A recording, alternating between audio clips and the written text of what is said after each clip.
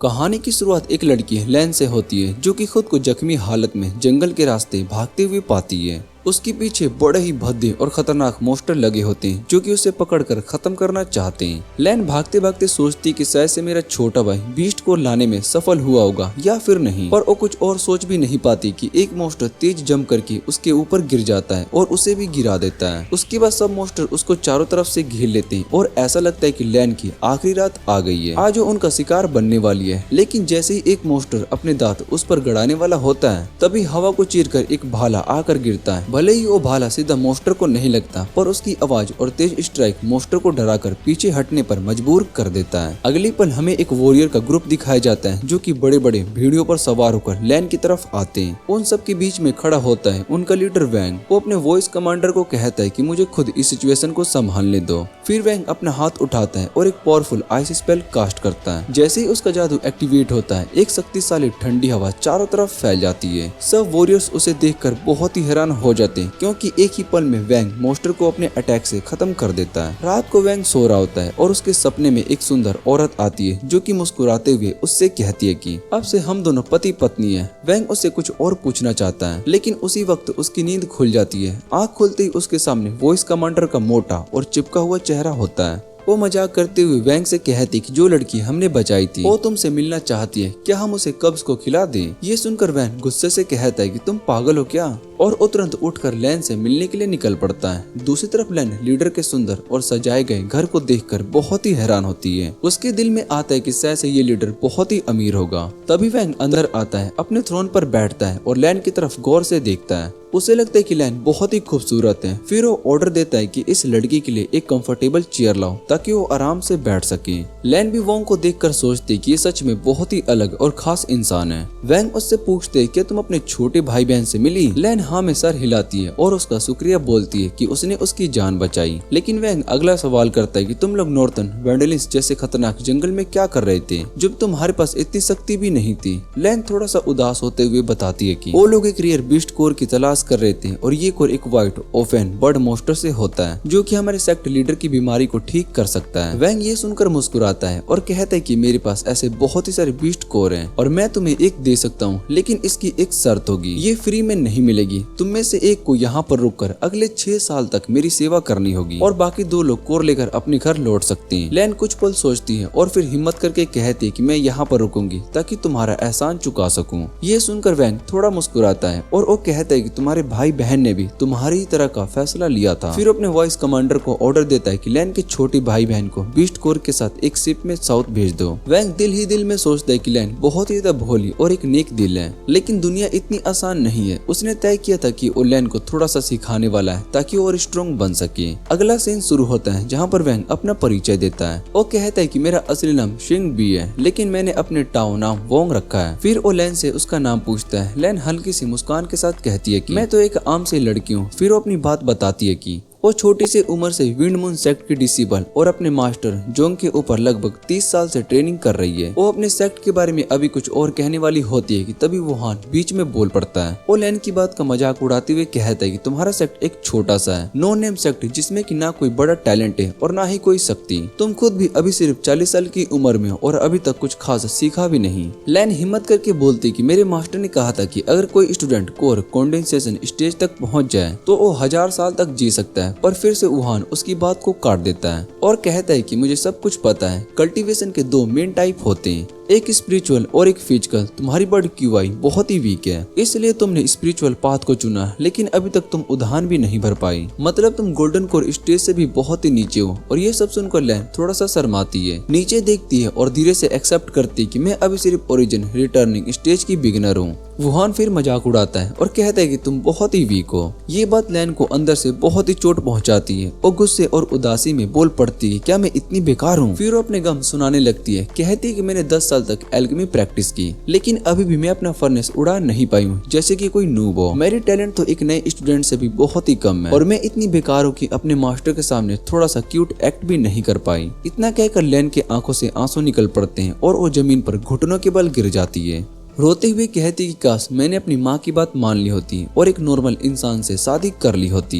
ये देखकर वैंग भी पैनिक में आ जाता है। उसे समझ में नहीं आता है कि लैन को कैसे चुप कराएं। वो अपने वॉइस कमांडर से कहता है कि तुम कुछ करो, लेकिन वॉइस कमांडर अपनी जिम्मेदारी एक गार्ड पर डाल देता है। गार्ड बेचारा कहता है कि मैं ऑलरेडी शादीशुदा हूँ और लैन के पास तो ऐसी कोई बात भी नहीं है जिससे कि मैं मदद कर सकूं। ये सुनकर लैन तो और ज्यादा उदास हो जाती है, जैसे वो अपना जीवन ही खत्म करना चाहती हो। तभी वैंग खुद उठकर आता है और लैन को समझाता है कि और वो कहता है कि हर किसी की जिंदगी में एक समय आता है जब वो नीचे गिर जाता है, लेकिन इसका मतलब ये नहीं होता है कि तुम बहुत ही बेकार हो। तुम्हें अपने आप पर भरोसा रखना होगा। शायद से मैं गारंटी ना कर पाऊँ कि तुम बहुत ही स्ट्रॉन्ग बन जाओगी, लेकिन जब तुम मेरे पास हो और मेरी सेवा करती हो, दुनिया में कोई भी तुम्हें नीचा दिखाने की हिम्मत नहीं करेगा। ये सुनकर वॉइस कमांडर भी बोल पड़ता है कि वहां नॉर्थन वर्ल्डनेस का सबसे बड़ा यंग सीनियर स्टार प्रीस्ट है। अगर तुम इसे सर्व करोगे तो तुम्हारी जिंदगी का फ्यूचर बहुत ही ब्राइट होगा। लैन ये सुनकर बहुत ही एक्साइटेड हो जाती है। वो अपने आंसुओं को पूछती है और खुद को संभालती है। वैंग उससे कहता है कि थोड़ा सा डिस्टेंस बना कर रखो और सब लोग उसे ले जाते हैं वैंग के कमरे की तरफ। जब वो सब कमरे में पहुंचते हैं तो लैन थोड़ा सा कंफ्यूज हो जाती है।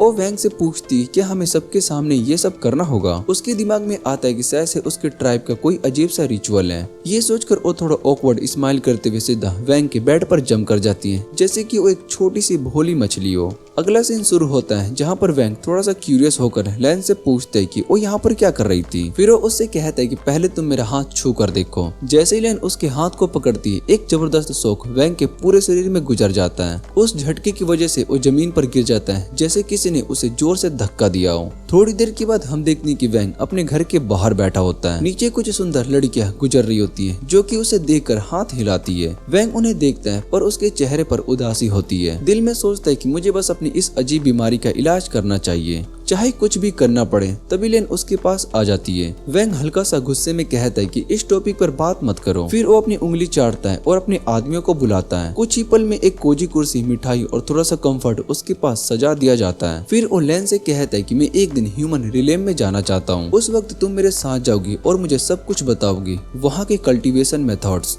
उनके तरीके और उनका जीवन, और जब भी तुम मेरे साथ बैठोगी मैं भी तुम्हें इनाम दूंगा। फिर वैंग उससे कैजुअली बोलता है कि और वो कहता है कि तुम्हें तो जरूर ह्यूमन कल्टीवेशन के बारे में बहुत ही नॉलेज होगी, तुमने इतने सालों से प्रैक्टिस की है। लैन थोड़ा सा निराशा से मुंह बनाती है और वो पोल्ट करते हुए कहती है कि मेरा नाम है नहीं है। लेकिन जब वैंग पूछता है कि तुमने क्या कहा, तो लैन मुस्कान दबाकर बोलती है कि छोटा है, तुम्हें सब कुछ बता देगा जो तुम्हें जानना है। इसके बाद लैन उसके साथ अंदर चली जाती है। वैंग उसे लगातार ह्यूमन कल्टीवेशन के बारे में सवाल करता रहता है। वो बहुत ही तेजी से सीखता रहता है और हर कॉन्सेप्ट को समझता है और अपने शार्प दिमाग से ऐसे ऐसे सवाल करता है जो कि लैन के लिए बहुत ही हैवी हो जाते हैं। लैन अपने छोटे से दिमाग के साथ उसके स्पीड के आगे हिल जाती है। फिर वो अपनी पूरी कोशिश करती है उसे समझाने की। सब कुछ सिखाने के बाद वैंग लैन से कहता है कि अब मेरा हाथ पकड़कर मुझे सुलाने की कोशिश करो और मुझे कल दोपहर तक जगा देना। अगले दिन जब वैंग सो रहा होता है, लैन चुपके से स्क्रॉल को उठाती है और उन्हें पढ़ती है ताकि आगे दिन के सवालों के जवाब ठीक से दे सके।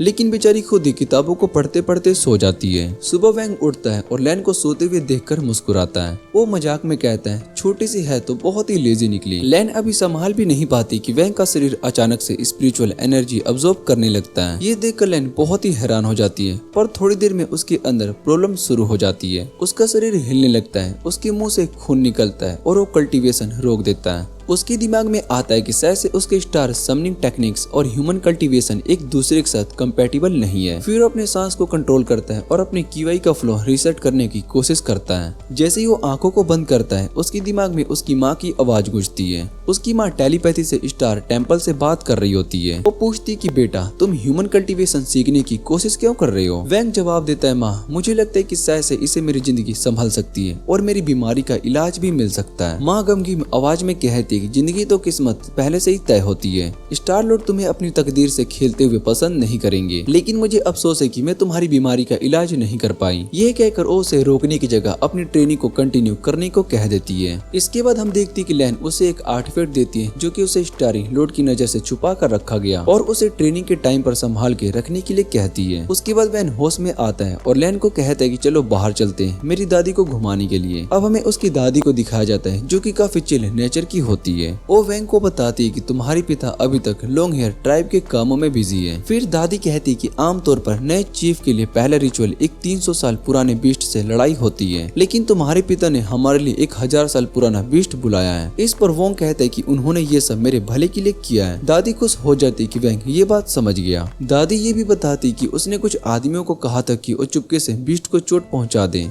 ताकि वैंग के लिए लड़ाई बहुत ही इजी हो जाए, क्योंकि वैंग उसका इकलौता पोता है और वो उसकी बहुत ही फिक्र करती है। फिर वो वैंग से उसकी बीमारी के बारे में पूछती है और कहती है कि क्या उस इंसान की लड़ाई से कोई फर्क पड़ा। वैंग कहता है कि अभी तक तो नहीं, लेकिन वो वादा करता है कि उसकी दवा ढूंढेगा और अपने प्रोमिस पूरा करेगा कि उसने बहुत ही सारे बहुत ही सारे पर पोते देगा। अगली सुबह वैंग अपना पहला ट्रायल देने के लिए चीफ की ड्रेस पहन लेता है और थ्रोनबैक बीस्ट से लड़ने के लिए निकल पड़ता है। जैसे ही वैंग स्टेडियम में पहुंचता है, वो दोनों एक दूसरे की तरफ दौड़ते हैं, लेकिन उनके टकराने से पहले ही आसमान से एक शूटिंग स्टार आकर उनके पास गिरता है और वहाँ पर एक बड़ा सा महमद जैसा मॉन्स्टर आ जाता है, जिससे कि उसकी दादी स्टेरिलोड की ब्लेसिंग कहती है। दूसरी तरफ हमें वैंग की लेडी किंग शिव को दिखाया जाता है, जो कि अपने मंदिर से बाहर निकलकर अपने परिवार की मदद करने के लिए जा रही होती है, लेकिन एक सीनियर प्रीस्ट उसे रोक लेता है और कहता है कि तुम इंटरफेयर नहीं कर सकती हो, क्योंकि ये नॉर्थर्न विल्डरनेस का नियम है। बाकी सारे प्रीस्ट भी उसे रोककर कहते हैं कि हमें सभी क्लैंस के बीच में बैलेंस बनाए रखना चाहिए। इधर बियर हब ट्राइब में स्टार ब्लेसिंग मॉन्स्टर एक वेलकोनिक रोर करता है और जमीन पर पटकता है, जिससे कि नीचे का लावा निकलने लगता है और ये देखकर लैन बहुत ही डर जाती है और कहती है कि ये तो वही मैन ईटिंग बीस्ट है जिसका जिक्र पुरानी किताबों में जीव हाई के नाम से होता है। लैन कहते कि इस साइज का मॉन्स्टर तो लाखों साल पुराना होगा और वो सोचते कि ये यहाँ पर कैसे आ गया, क्योंकि इंसान दुनिया में तो इमोर्टल्स ने इन्हें कब का खत्म कर दिया था। इतना कहने के बाद मॉन्स्टर अपना वेलकोनिक मेटियोर अटैक करता है, जिससे कि पूरा गांव आग में जलने लगता है। सभी लोग घबरा जाते हैं, लेकिन तभी वैंग आसमान से एक बड़ा सा आइस स्पेल बनाता है मॉन्स्टर से लड़ने के लिए और वो इस कमांडर को कहता है कि सबको जल्दी से एवेक्यूएट करो और फिर अपना आइस अटैक मॉन्स्टर पर डाल देता है, लेकिन उस बड़े से बीस्ट पर इसका कोई भी असर नहीं होता और वो मॉन्स्टर का इतना बड़ा साइज देखकर बहुत ही हैरान हो जाता है। लेकिन भागने की वजह वो सीधा मॉन्स्टर का सामना करने का फैसला करता है और अपना फ्रीजिंग जेल जुजुत्सु चला देता है, लेकिन मॉन्स्टर उससे लड़ने की वजह सीधा गांव वालों पर ध्यान देता है जो कि एवेक्यूएशन कर रहे होते हैं और ये देखकर वैंग और ज्यादा गुस्सा हो जाता है। फिर वो आसमान में उड़कर अपना सबसे स्ट्रॉन्ग अटैक करने का सोचता है और एक बड़ा सा आइस स्पेयर बनाने लगता है। इधर लैन देखती है कि गांव के बीच में कुछ पागल लोग स्टार लॉर्ड की पूजा कर रहे होते हैं, जबकि उनका चीफ अपनी जान दांव पर लगा रहा था। लैन उससे पूछती है कि तुम लोग आखिर कर क्या रहे हो, तो वो लोग कहते हैं कि ये स्टार लॉर्ड की ब्लेसिंग है और हमें उनका शुक्रिया अदा करना चाहिए। लैन सोचती है कि शायद से ये लोग सच में इतने बेवकूफ हैं जितने वो दिखते हैं। तभी वैंग की दादी लैन के पास आती है और अपना परिचय देती है कि वो ट्राइब की फॉर्मर चीफ प्रीस्ट थी। दादी लैन से कहती है कि उस फ्रंट लाइन पर जाओ, क्योंकि बाकी प्रीस्ट उसे वहाँ पर जाने नहीं देंगे। लेकिन मॉन्स्टर को रोकने का इकलौता तरीका उसके पास है और वो अपने पोते की मदद करना चाहती है। लैन मान जाती है और उस बूढ़ी माँ को व्हीलचेयर में लेकर मॉन्स्टर की तरफ ले जाती है। दूसरी तरफ वैंग अपनी लिमिट को पार कर चुका होता है और वो आइस स्पेयर बनाने में मुश्किल का सामना कर रहा होता है, लेकिन फिर वो अपने महान पूर्वज चोक नॉरिस को याद करता है और हिम्मत जोड़कर काम पूरा करने का फैसला करता है। वैंग सोचता है कि अगर इतनी ऊंची से आइस स्पेयर सीधा फेंका तो गिरते गिरते मेल्ट हो जाएगा और मॉन्स्टर पर सिर्फ बर्फ की बारिश होगी, इसलिए अपने स्पेल में विंड और आइस दोनों का कॉम्बिनेशन करता है। विंड के स्पेयर के इर्द गिर्द एक इंसुलेशन लेयर बनता है ताकि आइस पिघले नहीं। फिर अपनी पूरी ताकत लगाकर वो बड़ा सा आइस स्पेयर मॉन्स्टर पर फेंक देता है। इधर लैन उसकी दादी को मॉन्स्टर के सामने छोड़ देती है। दादी लैन से कहती कि वैंग को कह देना कि उसकी मौत का बोझ अपने दिल पर ना ले, क्योंकि नॉर्थर्न विल्डरनेस उसके टैलेंट के लिए बहुत ही छोटी जगह है। इतना कहकर दादी अपना पावरफुल ओल्ड ग्रेनी टेक्निक का यूज करती है और अर्थ मैजिक से मॉन्स्टर को ट्रैप कर लेती है। इससे वोंग का अटैक सीधा मॉन्स्टर के सेंटर पर लग जाता है और दोनों मिलकर मॉन्स्टर को बर्फ और जमीन के नीचे दबा देते हैं। उस रात वैंग अपनी दादी का अंतिम संस्कार करता है और लैन उसके अंतिम शब्दों के बारे में बताती है। ये सुनकर वैंग उदास हो जाता है और उदास होकर मॉन्स्टर की जगह पर उड़ चला जाता है। वहाँ जाकर वो अपनी कम पावर पर अफसोस करता है। तभी उसे अपनी माँ की आवाज सुनाई देती है और वो स्पिरिचुअल रिले में जाकर उससे मिलता है। उसकी माँ उससे कहती कि अगर ये किसी और ट्राइब के साथ भी होता तो मैं भी सन प्रीस्ट होने के नाते वही करती जो इस बार किया, इसलिए मुझे अपनी जगह मजबूती से खड़ी रहनी पड़ी। इसके बाद वैंग अपनी माँ से पूछते कि वो लड़ाई में चोट खाया था। वैंग कहता है कि वो ठीक है, लेकिन दादी अब वापस नहीं आएगी। फिर अपनी माँ से पूछते कि आखिर ये स्टार ब्लेसिंग का मतलब क्या है। ये सुनकर उसकी माँ कहती कि अब समय आ गया है उसे सच बताने का। वो बताती कि प्राचीन समय में लॉर्ड्स की एक बहुत ही बड़ी लड़ाई हुई थी। उस लड़ाई में स्टार लेडी एक हेवनली पैलेस को जीत रहा था और जीतने के नाते उसने नॉर्थर्न विल्डरनेस को अपनी ट्रॉफी बना लिया। इस वजह से बाकी के 8 वेल्डरनेस के लॉर्ड्स कभी भी यहाँ पर अटैक नहीं कर सकते। लड़ाई के बाद स्टार लेडी ने अपनी लड़ाई में लगी चोटों को ठीक करने के लिए एक गहरी नींद ले ली, लेकिन उसे डर था कि कहीं सोते वक्त उसकी और ज्यादा पावर ना खो जाए। इस वजह से उसने 7 सन्स प्रीस्ट को बनाए और उन्हें अपना स्टार समनिंग टेक्निक दी, जिससे कि वो पूरे नॉर्थर्न वेल्डरनेस पर कंट्रोल कर सके। और जब भी स्टार लेडी को लगता है कि यहाँ पर कोई ट्राइब इतनी पावरफुल हो रही है कि वो बैलेंस को तोड़ देगी, तभी अपने बालों से बना एक मोस्टर भेजती है ताकि उन्हें खत्म किया जा सके।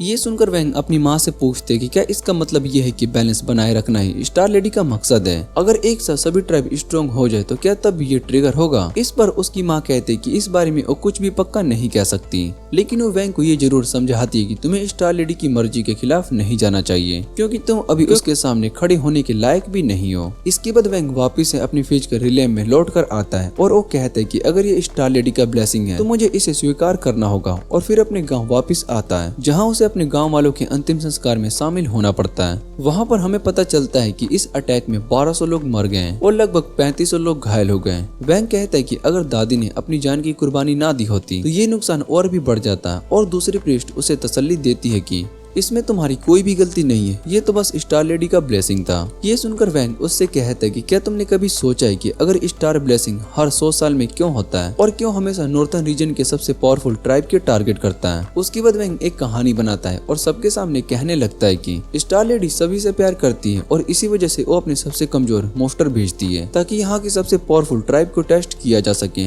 लेकिन सदियों से कोई भी ट्राइब उसके इस टेस्ट में पास नहीं हो पाया, और इस बार हम उसे दिखाएंगे कि हम उसके ब्लेसिंग के लायक हैं और इस चैलेंज को पार करेंगे। ये कहकर वैंग सभी गांव वालों में जुनून भर देता है और कहता है कि उसने ये बात अपनी दादी के अंतिम समय में समझी थी। रात को थोड़ी देर के बाद लिन वैंग के टेंट में आती है और उससे कहती है कि तुम्हारी स्पीच ने सभी पर बहुत ही बड़ा असर डाला है। सभी लोग मोस्टर को मारने के लिए बहुत ही एक्साइटेड हैं। वैंग मुस्कुराता है और एक लेटर वॉइस कमांडर को देता है और उनसे कहता है कि इसे मेरे फादर तक पहुंचा देना और उनसे कहना कि जितने भी पावरफुल क्लैंस हैं जिनमें की सीनियर सन प्रीस्ट है उन्हें इकट्ठा करें, और उनसे ये भी कहना कि अगर अपने स्ट्रॉन्गेस्ट सोल्जर को बियर हब ट्राइब की मदद के लिए भेजेंगे मोस्टर को खत्म करने में, तो उन्हें जितनी भी जॉइंट क्रॉसबो और एरोस चाहिए होंगे वो उन्हें मिल जाएंगे। उसके बाद वैंग एक डगर मैप में घुसा देता है और कहता है कि मुझे ये फर्क नहीं पड़ता कि कौन सा ब्लेसिंग है, अगर उसने मेरे गाँव के लोगों को नुकसान पहुँचाना चाहा तो मैं उसे खत्म कर दूंगा। सीन चेंज होता है स्टार लेडी के टेम्पल में, जहाँ पर वैंग की माँ बाकी सन प्रीस्ट को पीछे धकेल देती है और तैयार होती है नीचे जाकर अपने बेटे की मदद करने के लिए, लेकिन तभी एक प्रीस्ट अचानक से बहुत ही पावरफुल बन जाती है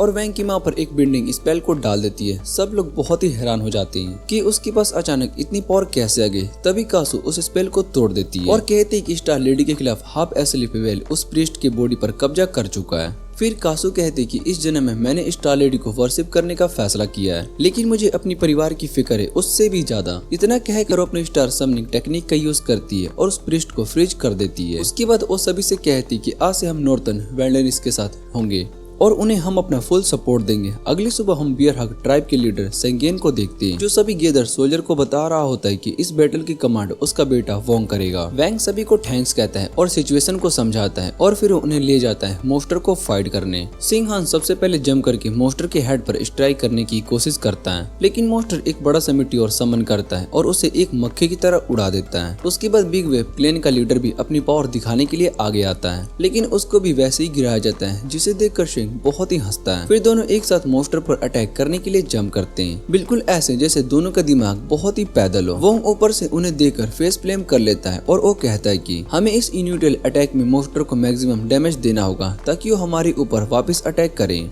इसी के साथ ही वो एक सीलिंग स्पेल को प्रिपेयर करता है और उस मोस्टर के ऊपर डाल देता है। जैसे ही मोस्टर अपना बड़ा सा फायर अटैक लॉन्च करता है, सीलिंग स्पेल उस अटैक को उल्टा वापस मोस्टर पर ही घुमा देती है और तभी वह नीचे जंप करता है और अपने सोल्जर को ऑर्डर देता है कि इम्पावर्ड एरो से मोस्टर पर अटैक करो। सभी सोल्जर अपनी जॉइंट क्रॉसबो से बार बार एरो बरसाते हैं और आखिरकार मोस्टर को गिराने में सक्सेसफुल हो जाते हैं। उस रात सभी लोग इकट्ठा होते हैं विक्ट्री सेलिब्रेट करने के लिए और साथ ही वैंग की लीड ग्रैंडमा को रिस्पेक्ट देने के लिए भी। यहीं पर वैंग की मुलाकात होती है बिग वेव क्लैन के लीडर बेवकूफ लीड जिंग सान से और उसकी यंगर सिस्टर, जो कि वैंग को पहली ही नजर में देखकर उस पर फिदा हो जाती है। तभी अचानक वैंग का आदमी आता है और उसे रिपोर्ट देता है कि मोस्टर की बॉडी के साथ कुछ अजीब हो गया है और चीफ ने उसे तुरंत बुलाया है। वैंग तुरंत उस जगह पर जाता है जहाँ पर मोस्टर की लाश रखी होती है और वहाँ पर अपने फादर के साथ नीचे उतर कर देखता है। वहीं सभी को शौक लगता है क्योंकि मोस्टर का पूरा बॉडी अब स्टार स्टोन का एक माइन में बदल चुका था, जो कि नॉर्थर्न वेल्डिस का सबसे प्रीक्वियस रिसोर्स माना जाता है। चीफ वैंग को एक बड़ा सा स्टार स्टोन का टुकड़ा देता है और कहता है कि सिर्फ यही एक टुकड़ा है, उनके ट्राइब को 1 साल तक फीड करने के लिए काफी होगा। वैंग कुछ देर तक सोचता है और अपने दिमाग में ये बात लाता है कि जो कहानी मैंने स्टार लेडी के ब्लेसिंग से बनाई थी शायद वो सच में हो सकती है। अपनी माँ से की गई बात को याद करके वो अपने फादर से कहता है कि अभी के लिए इस जगह की पूरी इन्फॉर्मेशन को सीक्रेट रखा जाए और फिलहाल इसे दबाकर गार्ड स्टेशन लगवा दिया जाए। उसका फादर मुस्कुराता है और कहता है कि तुम बिल्कुल अपनी माँ की तरह स्मार्ट हो, मैं तुम्हारी बात मानूंगा।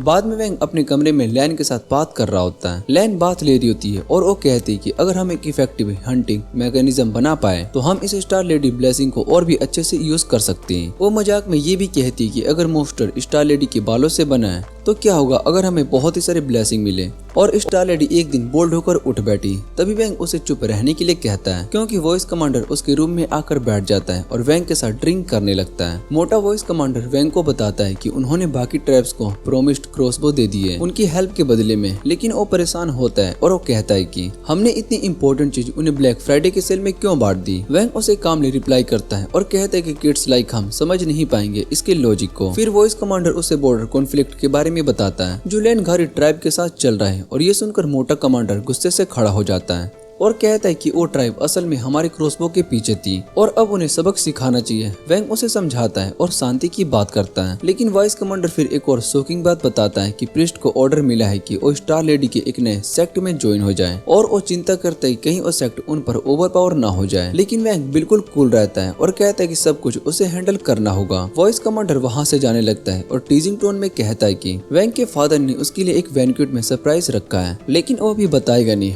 वैंग थोड़ा सा कंफ्यूज रहता है और जैसे ही वो मुड़ता है उसकी नजर लैन पर पड़ती है जो कि अपनी ब्यूटीफुल फिगर के साथ उसके पास आती है और उसे एक advance demonic path technique offer करती है जो कि उसने मार्केट से खरीदी थी। यंग मास्टर तुरंत एक्साइटेड हो जाता है, लेकिन लैन से पूछता है कि तुमने इस टेक्निक को लेने के लिए कितने पैसे दिए। लैन उसे बताती है कि सेल्समैन ने इसे कैसे पिच किया था। ये सुनकर वह क्यूरियोसिटी में बुक खोलता है लेकिन तुरंत बंद कर देता है क्योंकि उसके अंदर लिखा होता है सक्सेसफुल मैरिज टेक्निक्स। मतलब लैन एक अननोनली एक सादी टिप्स वाली किताब को ले आई थी। ये देखकर वैंग पहले से बाहर आता है और लैन को टीज करता है कि क्या तुम सच में शादी के लिए इतनी ईगर हो। ये सुनकर लैन को अपनी गलती समझ में आती है और उसका फेस लाल हो जाता है। शर्म के मारे वो अपना सर वॉल पर मार देती है जिससे कि पूरा घर ही हिल जाता है। उसके बाद वैंग सेरेमनी में चला जाता है जहाँ पर वॉइस कमांडर और एक आदमी उसका तारीफ कर रहे होते हैं। उसी के फादर के सामने चीफ वोंग पर प्राउड फील करता है, लेकिन फिर बात सीरियस मोड पर आ जाती है और डिस्कस करते हैं कि वैंग को अपनी कंडीशन का ट्रीटमेंट करना बहुत ही जरूरी है क्योंकि वो 18 साल का होने वाला है। उन्हें ये कंसर्न होता है कि शादी के अगले दिन वैंग सह से उठ ना पाए और कहीं और प्रॉब्लम्स क्रिएट ना हो जाए। अगर यंग मास्टर एक हायर प्रोड्यूस करने में फेल हो गया तो प्रॉब्लम हो जाएगी। तभी वैंग का फादर खड़ा हो जाता है और बूस्ट करता है कि उसने अपने बेटे के लिए इतनी सारी लड़कियां ढूंढ रखी है जो उसके अपने लेट फादर ने भी कभी नहीं किया था। वो अपनी वाइफ पर भी शेड डालता है, लेकिन उसके खत्म करने से पहले वो तुरंत बर्फ में जम जाता है क्योंकि लेडी कशु उसके पीछे खड़ी होती है। वोंग इरिटेट हो जाता है और वो सोचता है कि मुझे ऐसा फादर क्यों मिला। फिर अपनी माँ से रिक्वेस्ट करता है कि मुझे जाने दो। कसु थोड़ा सा साइन करती है लेकिन वार्निंग देकर उसे फ्री कर देती है। फिर चीफ एक लाइन अप प्रीसेट करता है जिसमें एक्सोटिक और मुस्टोरियस लड़कियां स्लेव मार्केट से लाई गई होती है। वैंग इनिशियली इंटरेस्टेड नहीं होता, लेकिन उसके फादर प्रेशर में आकर अपना हाथ आगे बढ़ा देते हैं। सोचते हैं कि शायद से डेस्टिनी ने अब उसके लिए ब्राइड चुन ली हो, लेकिन हर बार उसकी अटेम्प्ट फेल हो जाती है और वैंग और भी ज्यादा इम्पेशेंट हो जाता है। जैसे ही वो गिव अप करने लगता है उसकी नजर एक अननेम्ड लड़की पर पड़ती है जो कि यूकी स्टेट ऑफ विच क्राफ्ट से आई होती है। बिना हेजिटेशन से वोंग अपनी माँ से कहता है कि इसे सेव बना लो और बाकी सभी को डिस्कार्ड कर दो। सीन शिफ्ट होता है स्लेव गर्ल पर जो कि असल में एक पपेट थी जिसे एक असासिन कंट्रोल कर रहा था। उसके दिल में मर्डरियस इंटेंशन होती है और वो सोचती है कि अभी एक चांस है, लेकिन उसकी बैड लक की वजह से लैन वहां आ जाती है न्यू स्लेव गर्ल के बारे में देखने। वोंग जैसे ही लैन को देखता है वो उसे ऑर्डर देता है कि स्लेव गर्ल को अपने रूम में ले जाओ और उसकी केयर करो। लैन स्लेव को रूम में लेकर जाती है और उसे एक बात ऑफर करती है। असासिन इरिटेट हो जाता है और वो सोचता है कि मुझे एक छोटी बच्ची की तरह ट्रीट क्यों नहीं किया जा रहा, और एक और डाउट करता है एक ह्यूमन रिलेम की लड़की यहाँ क्या कर रही है। तभी अचानक लैन एक ग्लोइंग ब्लू फॉर्मेशन कास्ट कर देती है जिससे कि असासिन तुरंत सस्पिशियस हो जाता है। इसके बाद हमें लैन को दिखाया जाता है जो कि कैजुअली एक्सप्लेन करते कि ये सब साउंड प्रूफिंग के लिए। फिर वो यन से पूछती क्या तुम्हारे पास बहुत ही सारी विचेस होती हैं और क्या तुम उनके ऐसे टेक्निक्स को जानते हो जो कि इंसान को माइंडलेस पपेट बना सकते हैं। ये सुनकर असासिन थोड़ी सी परेशान हो जाती है। उसे लगता है कि शायद से उसकी सीक्रेट आइडेंटिटी एक्सपोज हो गई। तभी लिन उसके गले के पीछे से एक मार्क नोटिस करती है और उसके बारे में पूछती है, पर तुरंत ही टोपी को चेंज करके उसको नहाने के लिए बोल देती है। असासिन को फिर से शक होता है कि शायद से ये एक ट्रैप है। जब लेन एक किताब लेने के लिए वहाँ से निकलती है तो असासिन सोचती है कि क्या उसने स्नेक इमोर्टल सील देख लिया। उसे लगता है कि यंग मास्टर ने उसकी सारी चाल को समझ ली है और वो तुरंत अपने लोगों को जो कि जंगल में छुपे होते हैं बुलाती है ताकि जल्दी से भाग सके। फिर वो अपने पपेट को लैन पर अटैक करने के लिए भेजती है जो कि उसको ऑफ गार्ड कर देता है। लैन अपनी तलवार निकालने की कोशिश करती है पर पपेट उसको दूर फेंक देता है और उस पर वार करने ही वाला होता है कि तभी वैंग वहाँ पर आ जाता है और अपने एक ही हाथ के इशारे से उस पपेट को फ्रीज कर देता है। वो असासिन का मजाक उड़ाता है, मिड कोर कोऑर्डिनेशन स्टेज होने के बाद भी तुम इतने वीक हो। ये देखकर लैन बहुत ही गुस्सा हो जाती है और वैंग से कहती है कि तुम्हें ये सब पहले से ही पता था।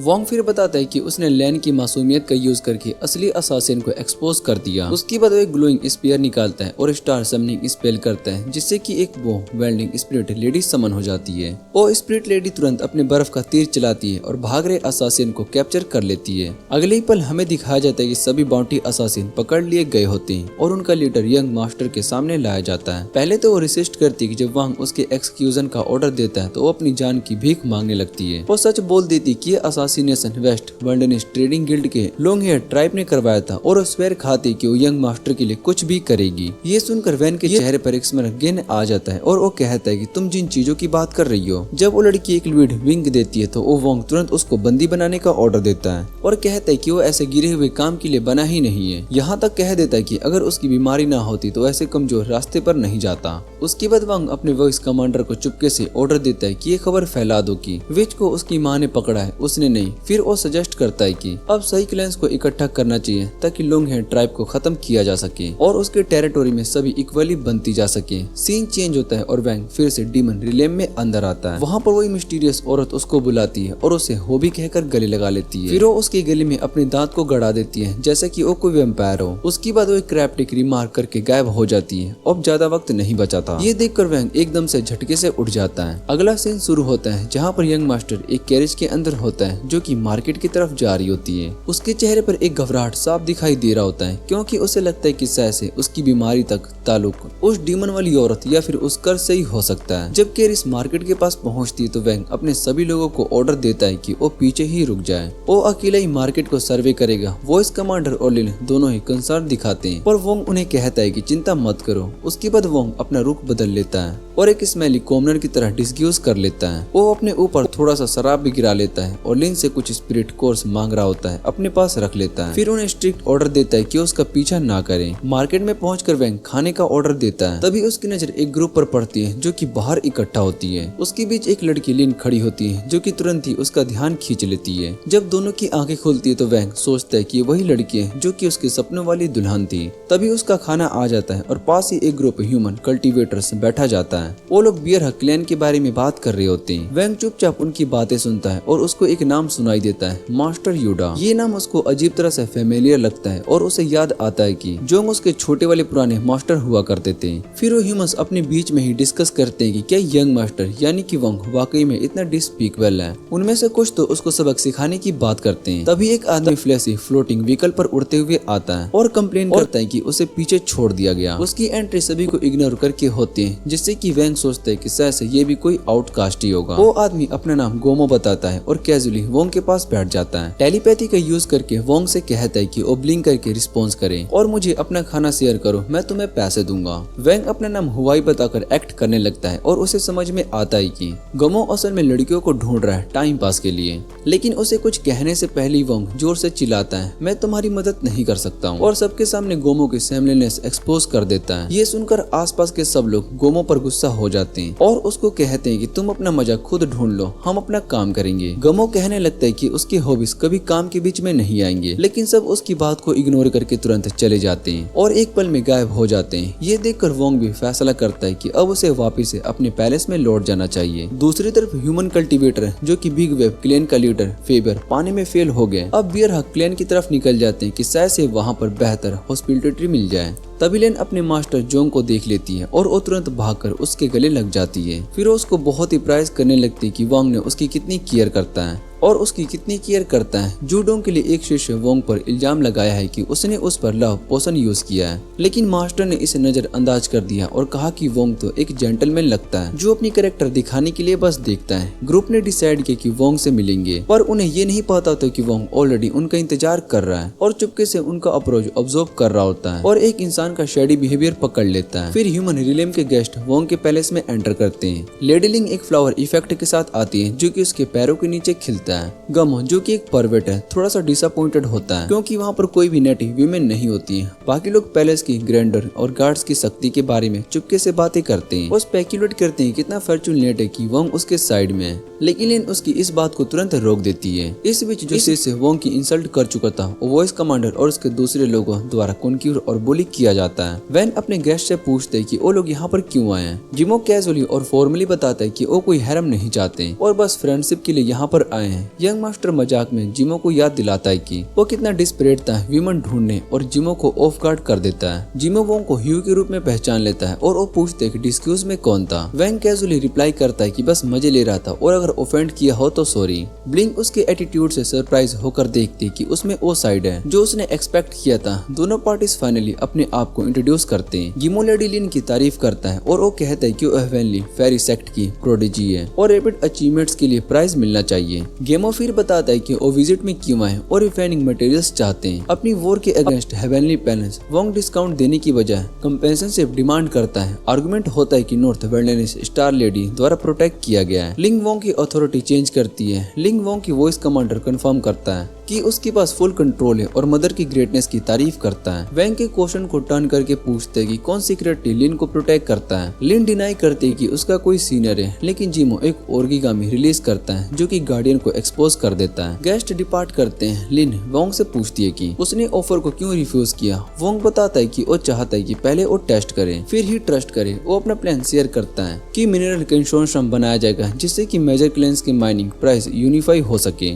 वॉइस कमांडर थोड़ा सा टर्न बोन लगता है और सब कुछ समझ नहीं पाता। वैंग फिर लैन से पूछते है कि उसका मास्टर क्यों नहीं आया और लैन को चॉइस देता है कि वो उसके साथ जाए। लैन डिक्लाइन करती है और कहती है कि वो वहाँ रहेगी प्रोमिस टाइम के लिए और उसका मास्टर पर्सनली वैंग से मिलना चाहता है और उसको थैंक्स कहना चाहता है। बाद में जैसे ही वॉइस कमांडर वापस आता है वो एक गिरता हुआ इंसान देखता है। इसके बाद हमें दिखाया जाता है कि जिमो बेहोश पड़ा होता है। तभी वैंग उसके पास आता है और उसको उठाकर अपने साथ ले जाता है। वहाँ पर एक डॉक्टर को बुलाया जाता है, लेकिन डॉक्टर उसको ट्रीट करने की जगह उसके जख्म को अजीब तरीके से सूंघने लगता है जैसे कि वो कोई कैचअप हो और ये देखकर वह गुस्सा हो जाता है और उसको डांट कर कहता है कि अपना काम करो। तब डॉक्टर उसके जख्म को हील करता है और जिमो होश में आ जाता है। जिमो उठकर वैंग से पूछते है कि ये सब क्या हुआ था। तभी वो परवेट डॉक्टर वार्निंग देता है कि नॉर्थ वेल्डनेस के लोगों को इतनी फाइट में नहीं आना चाहिए क्योंकि अगर वो इन्वॉल्व हुए तो उनके लिए बहुत ही मुश्किल खड़ी हो जाएगी। फिर जिमो अपनी कहानी सुनाता है। वो कहता है कि हम सब नॉर्थ वेल्डनेस गए थे जहाँ पर ज्यादातर अनटेम्ड बीस्ट होते हैं। हमारा ट्रायल हमें एक बोल्ड अर्थ फॉरेस्ट ले गया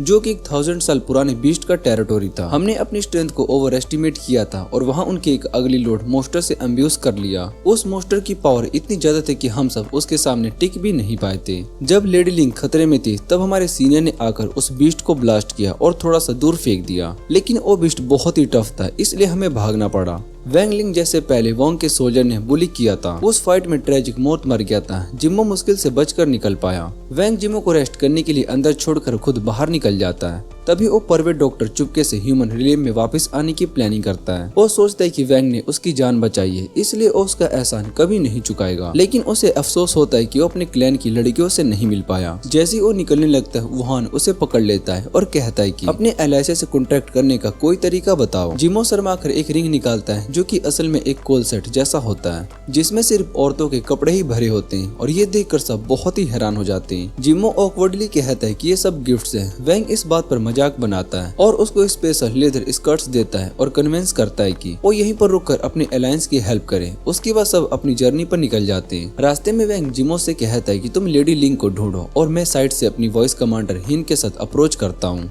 जिमो लेक तक पहुंच जाता है जहां पर लेडी लिंग जमीन पर बेहोश पड़ी होती है। सीन इतना काम लग रहा होता है कि जिमो को शक होता है कि ये सब एक ट्रैप है और लेडी लिंग को यहाँ पर बैट करने के लिए रखा गया है। वो सोचता है कि वैंग अभी तक क्यों नहीं आया। तभी उसे अपनी सीनियर लेडी यान दिखाई देती है जो कि वैंग लिन को लेकर आई होती है, लेकिन वैंग लिन अब भारी चोट खाया होता है और उसका गोल्डन कोर भी डिस्ट्रॉय हो चुका होता है जो अब कभी रिपेयर नहीं हो सकता। जिमो और यन डिसाइड करते हैं कि लेडी लिंग को वापस लेकर जाते हैं, लेकिन जैसे ही वो उसके पास पहुंचते हैं तभी वैंग वहां पर आता है और अपनी ब्लेड सीधा लेडी लिंग पर पॉइंट कर देता है। ये देखकर जिमो और यन बहुत ही शौक हो जाते हैं और वो सोचते हैं कि वोंग लेडी लिन को हर्ट करने वाला है। तभी वॉइस कमांडर शिंग वहां पर आता है और दोनों को अलग कर देता है। जिमो को अपनी साइड खींच लेता है। वुहान फिर यन से पूछते है कि तुम्हें जिमो को प्रोटेक्ट करने की जगह वोंग को क्यों नहीं प्रोटेक्ट किया। तभी उसका असली प्लान एक्सपोज कर देता है। ये सब प्लॉट यन ने खुद बनाया था। उसका असली मोटिव ये था जिमो के क्लैन का ट्रस्ट जीते और उनके फेवर में अपना फायदा उठाए।